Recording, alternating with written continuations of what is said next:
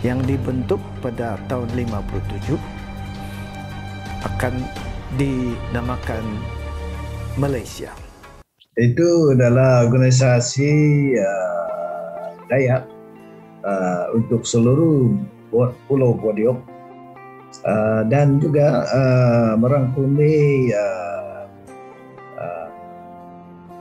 warga Dayak di seluruh dunia. Ya. Tujuannya adalah untuk menjaga kepentingan orang Dayak dan juga memastikan hak-hak orang asal orang Dayak ini dipelihara, dijaga dan mendapatkan manfaat daripada hak-hak yang diiktiraf oleh PBB. Semoga kita boleh bersatu, kita boleh menentukan nasib kita sendiri dan juga kita boleh maju.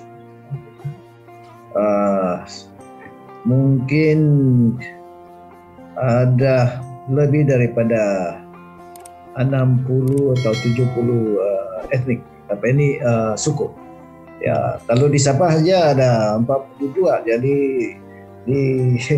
di Kalimantan saya percaya lebih daripada 60 ya.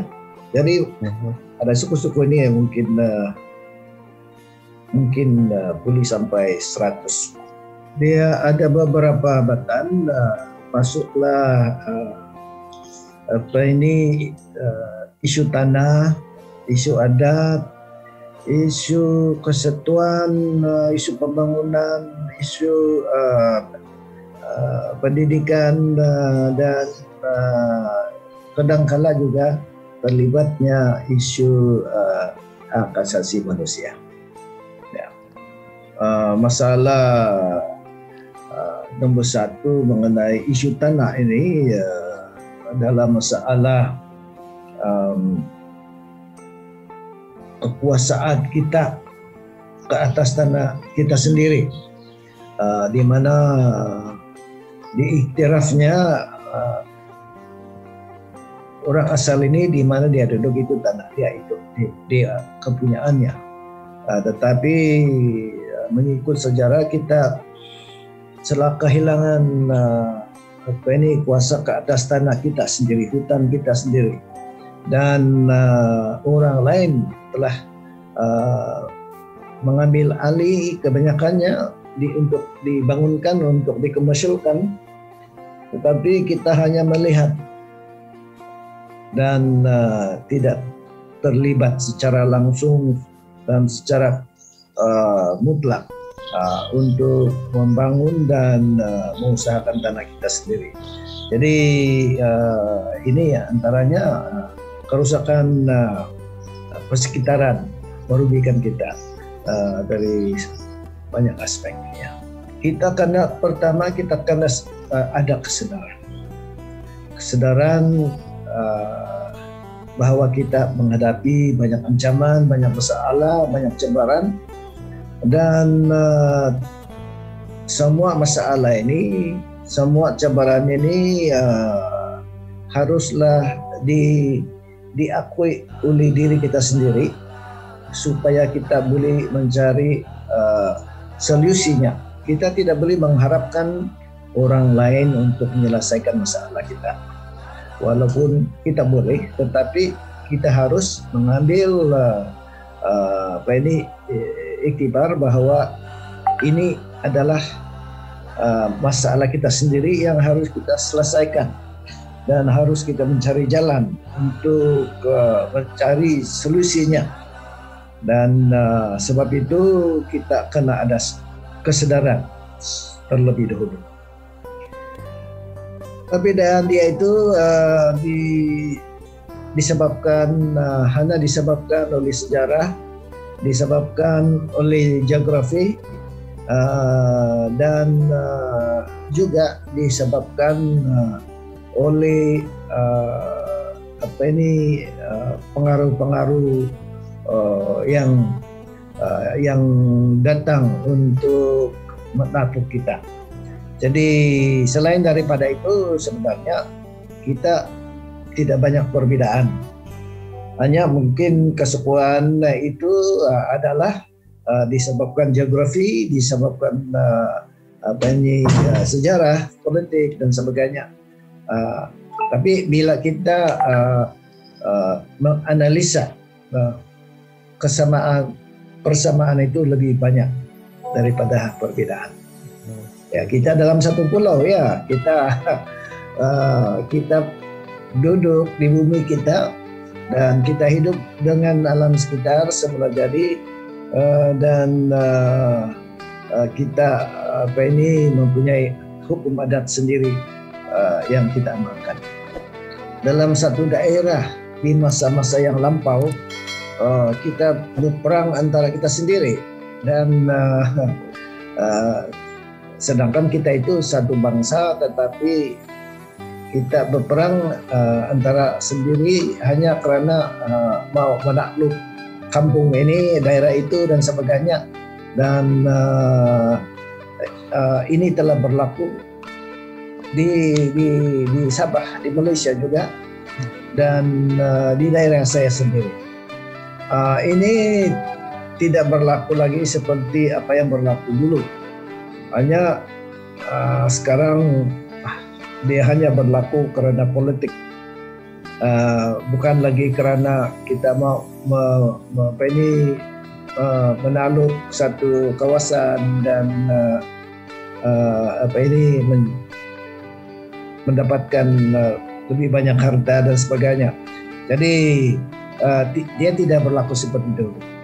Sekarang kita sudah berdamai antara kita, dan memang di sini sana ada batu sumpah untuk membuktikan perdamaian itu. Seperti juga apa yang berlaku di Tumbang Anoy 1894 dahulu, dan di sini berlaku juga perdamaian. Tapi sekarang konflik suku kaum itu tidak ada seperti dahulu, hanya politik saja. Karena itu sebagai kehidupan mereka, dan alam sekitar juga itu sebahagian daripada kehidupan mereka. Jadi suku-suku Dayak ini dimanapun mereka berada menganggap penting alam semula jadi, hutan dan apa juga yang tinggal di hutan, sungai, ikan-ikan semua kita hormati sebagai sebagian daripada kehidupan kita. Maka itu kita hidup berdamai dengan alam sekitar, dan kita tidak inginkan hutan dan alam semula jadi kita ini dimusnahkan atau dirusakkan. Sebenarnya lebih banyak daripada sedikit menyebabkan kita kehilangan tanah kita. Orang Dayak ini lama kelamaan kita terpinggir, dan kita terpinggir di bukit-bukit, kita terpinggir dari segi pembangunan, dan kita terpinggir dari segi peranan kita, keterlibatan kita di dalam pembangunan dan pemerintahan. Dan ini telah menjejaskan kita sebagai kaum Dayak, dan sebab itu kita telah bangkit semula untuk menumbuhkan kesatuan kita, supaya kita ada kesadaran, dan bila mana kita ada kesadaran, kita ada semangat kekitaan, dan daripada itu kita bersatu untuk menyelesaikan, mencari solusi kepada masalah kita, di mana kalau tidak nanti kita akan hilang di bumi Borneo sendiri. Budaya asing memang sudah lama mempengaruhi kita, dari zaman-zaman sejarah kolonial pun sudah bermula, dan apatah lagi sekarang dengan teknologi modern, budaya dunia segala-gala pun kita boleh lihat dan akan mempengaruhi kita sekiranya kita tidak mengambil berat tentang kesan-kesannya terhadap budaya kita sendiri. Dan bagi saya, kita akan gunakan teknologi ini untuk membudayakan dunia dengan budaya kita. Reverse. Jadi mempromosikan budaya kita, adat kita kepada dunia. Dan mungkin sedikit sebanyak mereka akan memperkenalkan kita dan juga memahami masalah kita, memahami aspirasi kita, dan mungkin ada juga yang tertarik untuk datang mengunjungi kita, melawat kita sebagai pelancong. Dan ini juga akan dapat kita gunakan. Ini teknologi modern ini yang ada dua kesan, yaitu negatif atau positif. Yang positifnya itulah yang kita gunakan untuk mempromosikan dan memperkuatkan budaya kita, ekonomi kita, dan juga politik kita. Jauh sudah sampai ke negara-negara yang lain. Sebagai contoh, baru-baru ini disebabkan pandemik COVID-19 ini, kita Dayak di Sabah terpaksa meraihkan pesta Kaamatan atau gawai melalui online, dan dengan cara yang baru, dan kita telah ditentoni oleh 9 juta, lebih daripada 9 juta penonton di seluruh dunia di dalam 42 negara. Walaupun kita sedikit saja di sini. Jadi ini satu contoh yang kita boleh menyebarluaskan ini budaya kita melalui teknologi modern ini secara positif dan memperkenalkan budaya kita kepada dunia. Pendidikan ini memang penting untuk orang Dayak, seperti juga orang-orang yang lain, dan kita juga mempunyai aspirasi supaya orang Dayak ini mempunyai ilmu saintifik, ilmu-ilmu yang lain dalam masa yang sama, boleh mempertahankan dan memajukan adat kita, budaya kita secara komersial.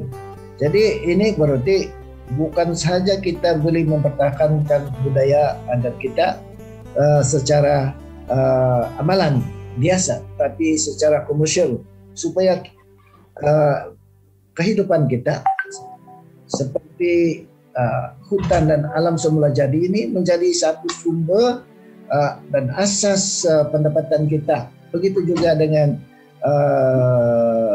bunyi-bunyian, dengan pakaian kita seperti ini dan sebagainya, yang boleh kita promosikan dan juga boleh kita didikkan orang lain. Tetapi bagi kita, pendidikan itu adalah untuk mendapatkan ilmu saintifik, ilmu yang lain, apatah lagi sekarang menggunakan teknologi modern. Kita perlu anak-anak Dayak ini mendapatkan ilmu artificial intelligence, blockchain, machine learning, deep learning, dan sebagainya, supaya kita tidak ketinggalan dalam arus pembangunan ini. Saya rasa mereka ada usaha masing-masing. Di Malaysia ini saya masih lagi melihat banyak keperluan untuk kerajaan mengiktirafkan, mengangkat orang-orang Dayak ini, terutama sekali dari segi tanah adat ini, yang mana kita sudah banyak kali masuk mahkamah, dan begitu juga kita kehilangan dengan kekuatan dari segi isu politik, sebab orang lain di luar telah dibenarkan untuk masuk menjadi warga Magini, dia orang bilang tuh, dan menjadi pengundi dan menentukan masa depan orang Dayak di Borneo. Jadi ini satu cabaran kita yang mana masih perlu dibuat oleh kerajaan, dipikirkan. Saya rasa di sebelah Indonesia ini lebih ketara, sebab lebih ketara positifnya kalau dibandingkan dengan Malaysia, sebab kita lihat gubernur-gubernur pun sudah timbulnya Dayak mencari gubernur. Di sini kita lihat sendiri, ya, di mana mereka telah sedar dan keterlibatan dalam pengurusan negara dan pemerintah, kita boleh lihat.